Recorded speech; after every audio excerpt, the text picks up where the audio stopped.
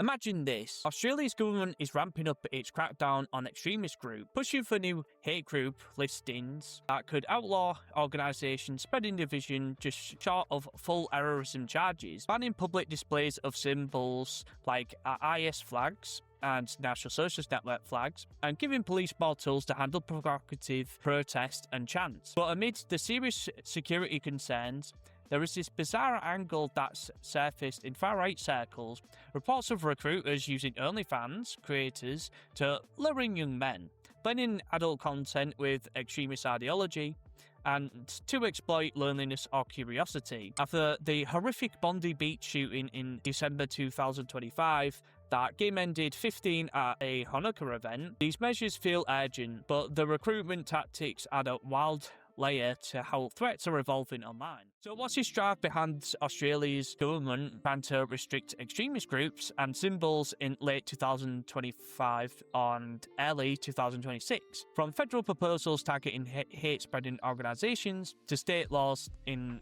New South Wales, these steps respond to rising threats.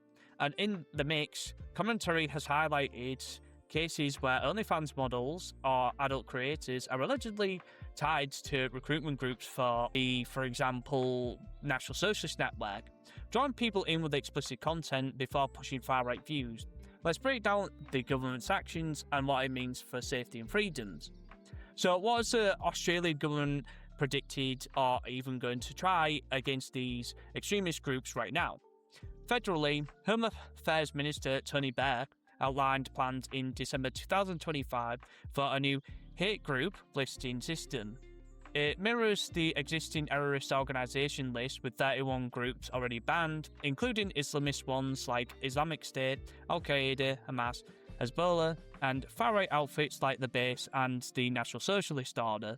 The new list would target groups promoting hate without fully qualifying as terrorists, banning membership, funding, recruitment or support, with heavy penalties. Targets include Hizb ut-Tahrir, as seen by ASIO as a risk and banned elsewhere, and far-right groups like the National Socialist Network, known for anti-Semitic rallies and neo-Nazi slogans. The IRGC, Iran's Revolutionary Guard, was listed as a terrorist group in 2025 over alleged anti-Semitic links in Australia. States are stepping up. New South Wales passed in December 2025 laws banning public extremist groups, IS flags, certain chants, globalising the Intifada, and boosting police powers at protests, including on-face coverings. Nazi salutes were outlawed earlier in 2025, and far-right neo-Nazi additions continued to the terrorist list. But why have they decided now, and also that to do with the triggers and the recruitment worries, and even the OnlyFans links to do with the Bondi Beach attack on December 14th, 2025, there was a mass oofing at a Hanukkah gathering, game-ending at least 15 and injuring dozens, and it was a major catalyst labelled an anti-Semitic terrorism. It amplified concerns over rising anti-Semitic incidences since the Gaza conflict in 2023, including arson and hate speech.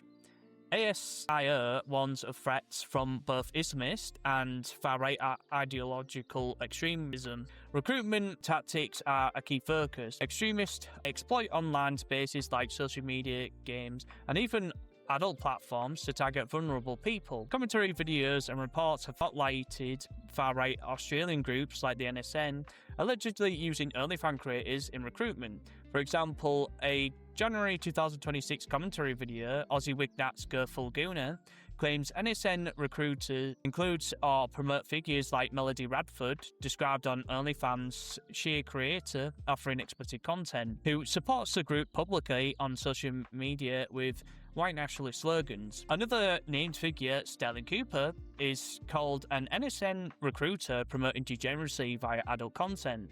The video mocks the blend of neo-Nazism with sex positivity or goonerism, excessive porn consumption, and attracting groupies through explicit material, contrasting it with traditional far-right views. The government frames these laws as closing loopholes to disrupt networks early, prevent radicalisation and protect communities, part of the 2025 A Safer Australia counter-terrorism strategy emphasising online prevention and intervention. So what does this mean for Australia in 2026? The benefits and the risks and the future.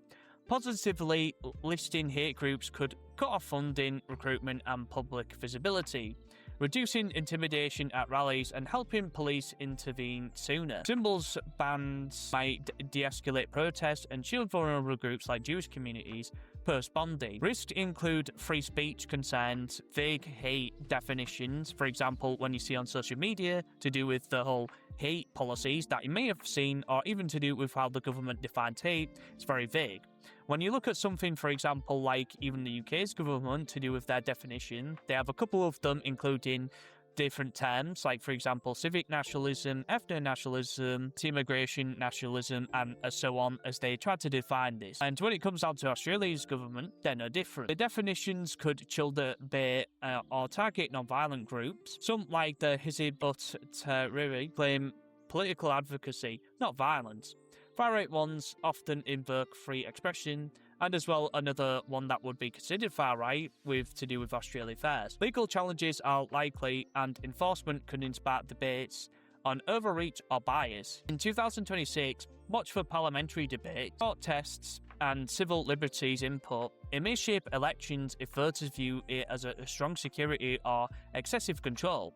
Globally, Australia joins nations navigating polarising online threats and blurred lines between personal content and ideologically grooming. And to do with the OnlyFans recruiter, also highlighting how extremist groups adapt to modern platforms and even exploiting people through adult content, which is supposedly an ironic twist considering a lot of the people who are quote in these spaces are supposed to be trad, and yet they're also hiring out whores literally on that platform in order to actually promote their ideology. So it seems like either these guys are either desperate, or it either seems like they're coming off as them just having no morals. And as well, it also underscores the challenge of spotting early signs when recruitment mixes with personal or sexual appeal with extremism and even the ideology. So anyway, hopefully you guys have enjoyed this video about me talking about the banning of the National Socialist Network, or even the potential ones.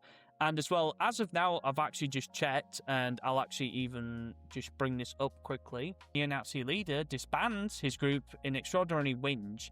So what's ended up happening was that Thomas Sowell, he has basically officially disbanded National Socialist Network.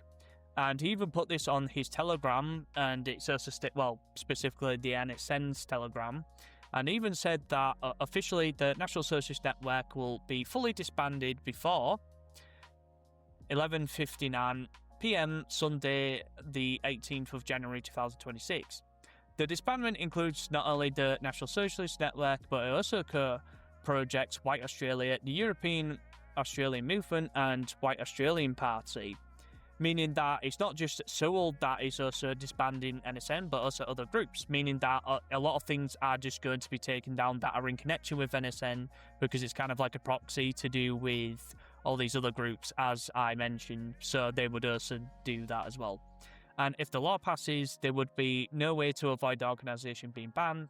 The legislation allows the government to ban any organisation that has given rumour and salutes in the past. Probably one of these mentions before, probably has done that. The disbandment is being done before the laws take effect to avoid former members of the organisation from arrest and charge. There are some of the most draconian laws the West has ever seen. In Australia, political freedom is effectively dead and buried. The Australian government, on behalf of the Jewish lobby, is criminalising peaceful opposition groups based on their political expression. Blood and Honour, Thomas Sowell, and other people that have just been mentioned. And to do with the Hizb ut-Tahrir, sorry if I'm mispronouncing that, and as well have also been trying to be outlawed, with the Home Affairs Minister Tony Burke has named the National Socialist Network and as well the Radical Islam group that I just mentioned as key organisations to be outlawed under the new laws. The Shadow Minister for Home Affairs, John Donnan, welcomes the news in the statement, but said Albanese government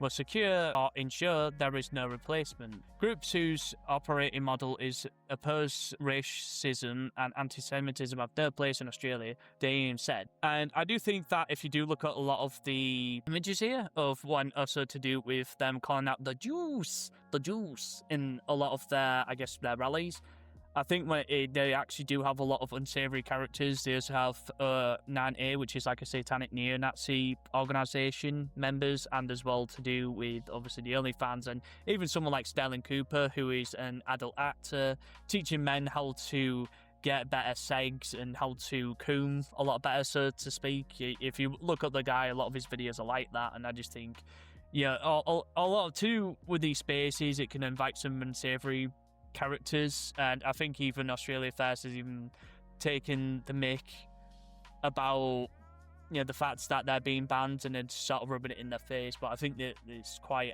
ironic, and there's also as well to do with Blair Cottrell, who also has defended these guys, even though a lot of the time that these guys have done a lot of degenerate stuff, and as well they've just basically done everything to get not just a Roman salute, which in my opinion you don't really have to do that, but also to do with all of these other things, like as well to do with, like, there was a bit of a spat with, I guess, Matt Hurley, and as well to do with Herman, and obviously, you know, when Joel Davis went and contributed to that, obviously it shows that these people aren't very serious, and they just kind of laugh at actual solutions. And as well, I like to see the statement, it was quite funny. Blair Cottrell, who once dominated Sewell and was then dominated by him, and who was the party to the ruination of the progress of the Australian nationalist ideal, is now turning to God, is he? Knows, who cares? Who would have believed a word that other built idiot with silly haircut says? But he reckons, in my heart I've always felt the church is the way. That's nice. Why didn't you stop your protege, Tom? Why were you the one who brought Jill Davis into the spotlight? What value or credibility do you hold to diehard nationalists who have fought, waited out, and survived the assaults of the cult that you supported? Step down there, get a real man's haircut, stick to your gay gym, leave politics to people with the brains you've always envied and despised. And obviously that's in to do with Blair Cottrell, who was a part of NSN, and then I think he left, or he was associated with it, because he kind of criticised neo-Nazism, but I don't think Blair's very smart. I think he's kind of like a dumb guy, kind of like this gym bro. He's clearly on steroids, and he's placing like gay boy stuff. There's a lot of stuff I obviously don't like about the guy, but yeah, I don't think he would really want to be in these spaces, because again, I think he lacks the intelligence to actually run these spaces, or as well when getting someone like God forbid Joel Davis and let alone Sewell. But yeah, anyway, that's probably what I think, and I think I'll just leave it there to do with what's happened with these groups. And as well, if you want to click on these videos here where I've talked about other topics like this, including the Australian match, and also to do with the other political drama I mentioned about this. And as well, if you want to click on the link in the description, we'll link to my other channels and Discord as well.